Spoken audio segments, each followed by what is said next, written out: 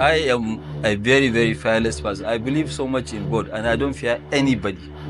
They can do whatever that they want, and I am not scared. I will fight head on. There is no doubt that Aliko Dangote has done something amazing in Nigeria by building his refinery.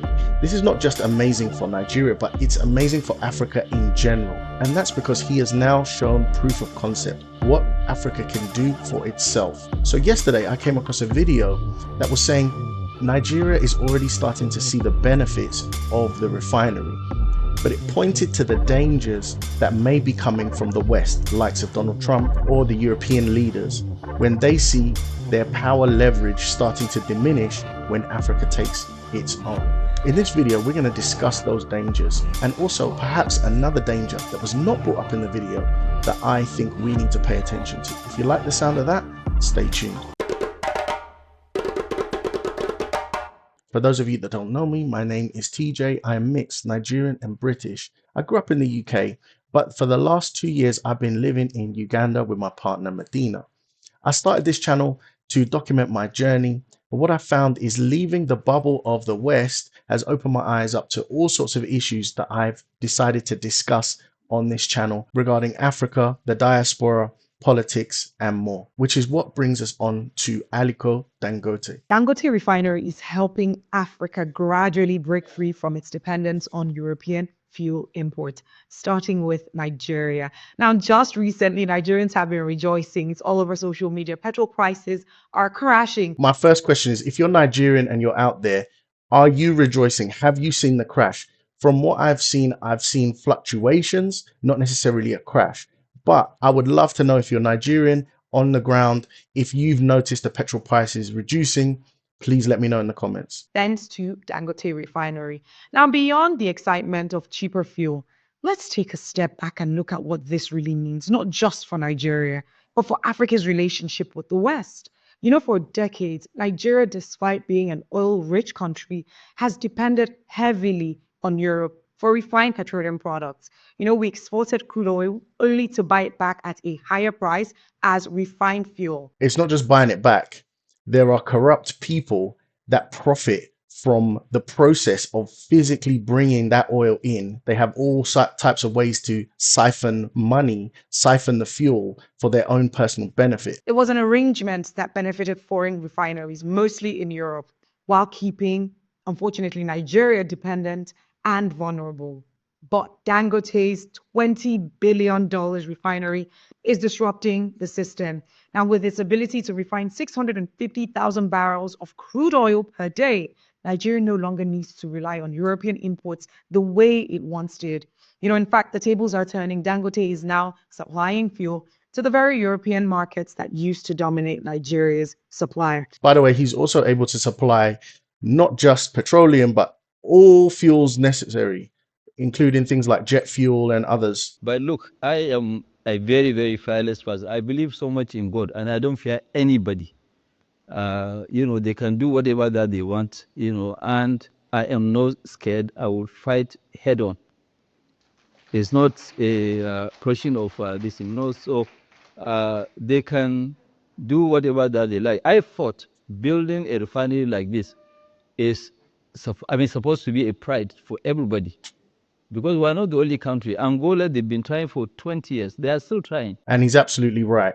This is for everybody in Africa. And they need to take note. They need to take counsel. They need to see what's going on. And the big boys need to do this. And hopefully this is a proof of concept that everyone can follow, not just in the fuel industry, but throughout all resources that Africa can offer. Uganda, they've been trying for the last 15 years. None of them. There is no production capacity in Africa. Only 2 countries are not importing, which is, Algeria and Libya. Apart from this, everybody is an importer. We cannot continue to be slaves while we export, raw materials, then we import products. So here's the real question. Will the West fight back? That's the big question. When Dangote started this journey, it was a very tough one because he had opposition from all corners, but he persevered till the very end. And look what he's been able to create. And let's be real, this is not just about fuel. For centuries, Africa has been positioned as a raw materials hub for the West. So, of course, the West are going to fight back, but I don't like to frame it like that. Now, many people may disagree with me.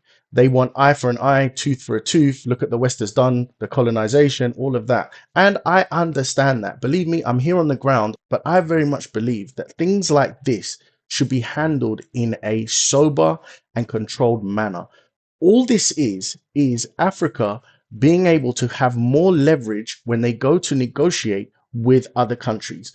And I don't care what you say, we have to negotiate. We have to have the ability to negotiate with other groups, other countries. They can give us something, we can give them something. That's just the way international economics works.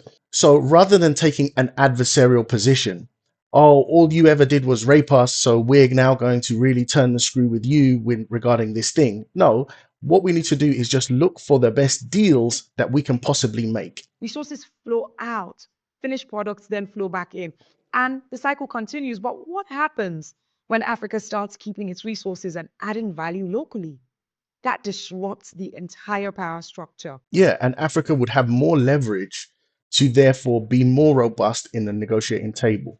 Historically, anytime an African country has tried to break free from Western economic control, there's been resistance, whether through economic pressure, political interference, or other means. The West has always found ways to maintain its influence. So will Dangote's refinery face any pushback? So it's absolutely true that, Western powers can come and do nefarious things, put people in place, kill, take out leaders that are talking about self-actualization of the people. That is definitely something that Africa has to be aware of. But I believe that only happens if Africans give them the opportunity to divide us. If we can stay unified, if we can be uncorruptible, then it becomes very difficult for them to pull off these things. Already, some European refineries are feeling the heat as Nigeria and gradually other African nations may turn to Dangote for fuel. European suppliers are losing a major market if this is the case.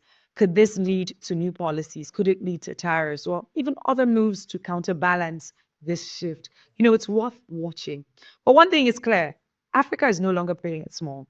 This refinery is proof that African nations can control their own resources. They can build their own industries and compete on a global scale. It's all very well discussing what the outside people are going to do to Africa once Africa becomes more self-actualized. See, if you want to position the West as an adversary or an enemy, then since when do you control what your enemy does? I think what needs to be done is to look inside rather than looking outside. Like pointing at all the bad things the West does is one thing, but what about all the bad things that Africans do to themselves to stop this growth, to stop this development? Now, before Dangote's refinery was opened, there was all types of opposition and blocking coming from the Nigerian political system itself. He was accused of being a monopolist. He was accused of being a predator. And there are two schools of thought based on this. One of those schools of thought is that those guys were acting in the interests of the West for their own personal gains. The other is that those guys were acting just on their own personal interest without interference of the West, but just to enrich themselves through the system that already existed. Now, in both scenarios, we still have to look at the division of the individuals involved, the organizations involved. Like I said, there needs to be unity amongst the leadership in Africa or in a given country if they're going to make a success of things like this. We've already seen what's happening with Trump and his tariffs. We've already seen what's happening with the way they've paused or stopped aid coming to African countries. So the Dangote refinery is the kind of thing that can make those things matter so much less. And we have to be united around that. This is a tweet that I've came across from this gentleman called A. Ayofe. And he basically outlines all the benefits that would happen to Nigeria if Dangote's refinery was realized. And I don't need to go into everything. I think everybody understands that controlling your own resources is great for, the continent. But what I want to talk about is the comments underneath this post. You can see this guy, Ice Cold Palmer. I'll remind you of this tweet when all you've said becomes the opposite. So he doesn't believe in this vision. Every gain above should be real and true. But Nigerian oligarchs will create several bottlenecks not to come fruition. I think he means not to come to fruition. quote me. Well, I'm quoting you. They did create the bottlenecks, but he did get it through. And my point on this is that there was just so much little faith in the leadership of Africa right now. People are jaded. People do not think that the leadership has what it takes to make these things happen for the country. And this is an even darker problem. So what must we do about all of this? Well, there is not much to do other than live your life by example. This is a multi-generational problem. It's going to take 100 years or more if we all get on it now. But making better efforts to support guys like Dangote is very important. And once again, the African continent is pleading for its leaders, oligarchs, whatever you want to call it, to be righteous, to think of the people, to not just put themselves first in front of the people, because ultimately we have an opportunity here as Africans to make Africa something incredibly special, a very important resource base for the globe and a place of abundance. This is something that's actually attainable, and Dangote is showing us the way. Now, I'm sure you guys out there are going to have a lot to say about this, and I would love to hear your comments. But if you don't have a specific comment, would it be too inconvenient if I asked you to write the words Dangote in the comment box? It just shows me that you like the video, you support the channel, and you want me to keep going. Thank you so much for watching, and I'll catch you in the next video. Peace.